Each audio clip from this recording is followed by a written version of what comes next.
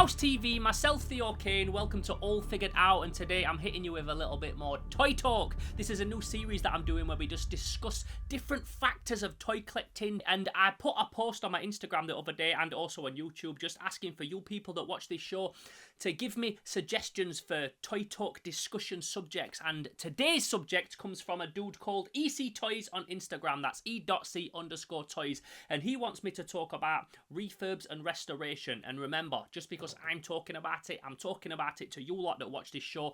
I'd love to know in the comments what your opinion is on this particular subject. So don't forget, once this video is over, not only give it a like, but chop it up in the comments below. So without further ado, let's talk about refurbs and restoration. So I should probably explain first of all what refurbs and restoration is that EC Toys is asking us to discuss today, just in case anybody isn't 100% in the know. Basically, you get a lot of old toys from the 80s and the 90s, the 70s, and all the way back to the 60s, the 50s, the 40s, the Stone Age, whenever toys was first created and people have got hold of them.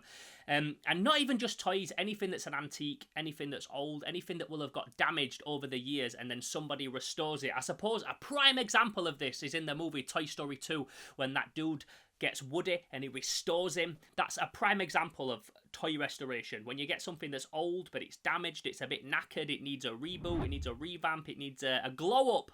There's a guy on YouTube called Toy Polloi that's really good at this. He gets old toys and then he restores them. He gets parts of them that are broken and he makes his own. Sometimes there'll be a cape that's damaged. He'll make a new cape for it and try and get it as exact to the old one as possible.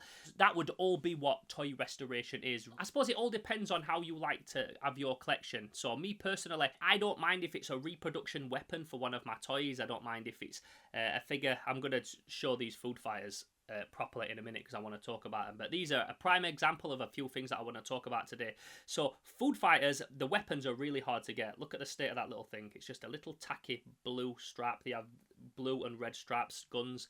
They're really easy to lose, they're hard to find, and there's some people that do recasts of them. They cast them exactly the same and you'd be very hard pressed to kind of know the difference between them. So I don't think any of my weapons are reproductions. If they were, I wouldn't mind, and I would also be up for buying all those weapons again for these food fighters because they're really hard to come by. I want to display them in my cabinet, all holding their guns. I want to do a video on them eventually. If I do a video, I want all the pieces. So I don't mind reproduction guns. I talked a little bit about this in that first episode of Toy Talk that I did. So that would be one facet of refurbs, and I think that was the question. I'll just double check. It was refurbs and restoration. Probably a bit off subject actually, but that would be something that I would class as like refurbing. So you get an old toy, you might fix it, you might paint it up, you might get a repro weapon and put it in its hand. And I suppose if you want that for your collection and you want it displayed on your shelf, then I don't think there's anything wrong with refurbing or restoration. I think if you're going to sell it off to somebody that wants a legit one and it's restored and you don't tell them, then that's a bit of a snaky move. It's not a bit of a snaky move, it is a snaky move because that person's buying it under the pretense that it's all original.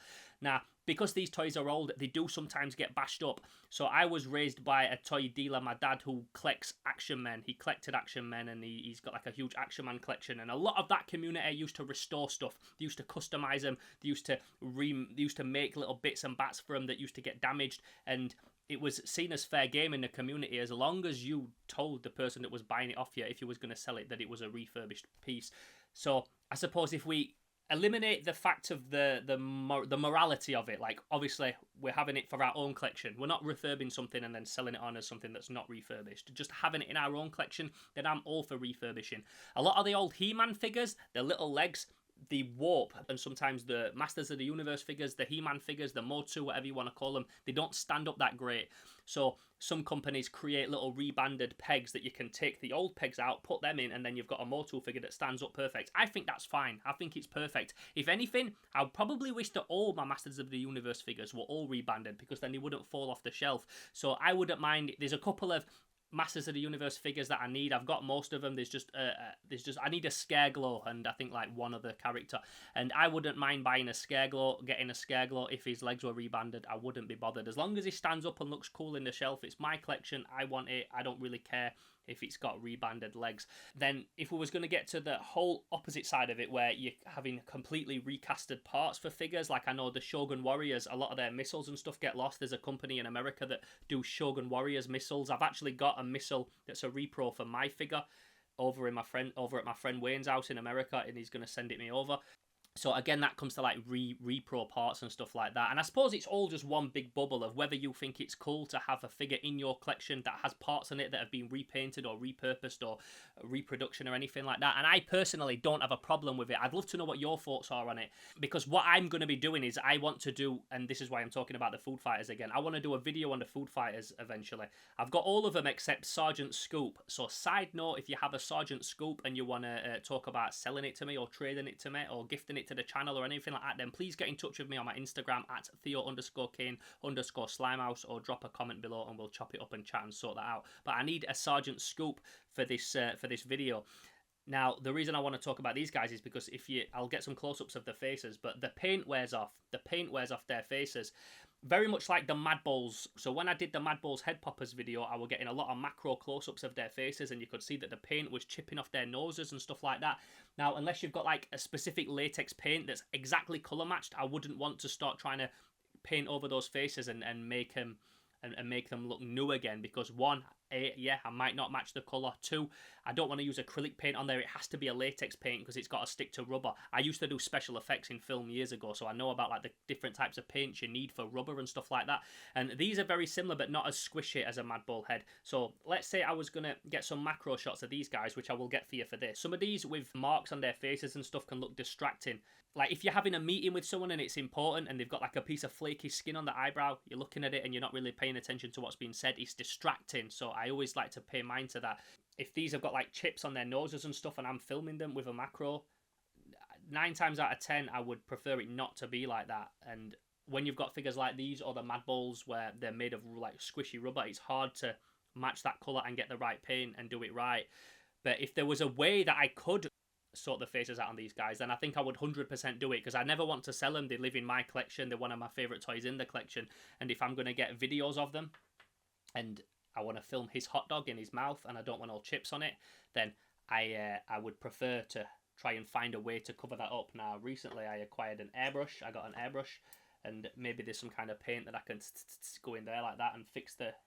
But that would also be a bit of research. But I suppose that answers the question of do I mind, and the answer is no, I don't think I do. 99% of the time I'm not bothered if something's restored. Also, while we're on the kind of subject of adding stuff to figures that didn't come with them just because they look cool, like I put these little cocktail flags in the hands of my Food Fighters just because I think they look cool. Back when I was like on the Action Man scene community all the time, a lot of those collectors used to put stuff with their Action Men. So my dad had a friend, he's still got this friend, I talk to him now, he's not an Action Man collector anymore, but I know he watches this show, so shouts out to Terry Spooner, and he had the huge Action Man collection, and I used to go around to his house when I was a little kid, and he'd give me loads of Action Man parts and $6 Million Man parts and stuff like that. And a lot of his Action Man had extra ropes with them and stuff, or things that he'd created that looked really cool and looked like they'd been created by Hasbro at the time and by Palitoy and stuff at the time, but hadn't. And he used to have them on his Action Men, ropes and extra guns that he'd acquired and stuff like that. And he just used to say, if it's your collection, it's up to you how you display it and what you want to put with it. If you want to get an Action Man outfit and dirty it up and make it look weathered, it's your collection, do it. Just do what you want with your own collection if it makes you happy. And I'm very much about that. I think that I don't want to have a figure displayed without his gun. If I don't have his gun, I will have a repro one. I have a 3D printer. There's some Ninja Turtles that I don't have the weapons for that I want to do a video on. Not Ninja Turtles, but some of the mutant characters and stuff. And I've been spending ages trying to get some parts for him. Like I need, for my Muckman, I need a trash can for him and a headpiece, and I never find them loose. I only can ever buy them as a full figure. I don't want to pay 40 quid for a figure just to get his trash can and his headpiece. So why not try and 3D print one that fits in, and I'll colour match it exactly the same for the sake of a video, for the sake of my collection looking fulfilled, almost even if it's just like a placeholder until you find one at a nice price. So I'm all for it. I'm all for refurbs and restoration. And I'd love to hear what you guys think, what you lot think that watch this show, what your view is on restoration. So let me know in the comments below. And as always, I want to know from you what you would like to see us discuss in a future episode. I've got some real cool subjects to look at, but I always need more. So let me know in the comments below. Let me know over on Instagram. You can also support what I'm doing over on Patreon at patreon.com/SlimehouseTV. I'm really going to be pushing the Patreon a lot this year, because in order for me to be doing this Slimehouse full time like I want to do and be creating this constant content. I don't really like calling it content because it makes it feel throwaway. I suppose these videos are like a one-time watch, not like the documentary stuff. But if I want to be like creating a lot of videos this year on this channel, I need that Patreon to be popping. I really need to be able to take a good few days out a month to be able to not do my normal work and be able to solely concentrate on YouTube so that I can make this channel bigger and better than ever. So head over to patreon.com/SlimeHouseTV if you want to become a slime renegade and support that. In the meantime, I'm going to catch you in the next video. I'm Theo Kane. This is All Figured Out on Slimehouse TV. I'm gone. Bam!